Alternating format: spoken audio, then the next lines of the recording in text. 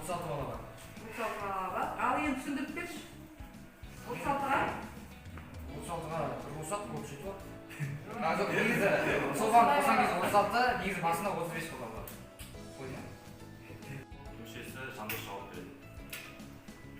Яғни ежелгі грек ғалымы олимпиададан жұдырықтасуға қатысқан Пифагор болады. Пифагор қазіргі кезде біз Пифагор теоремасын өте көп жиі пайдаланады геометрия пәнінде.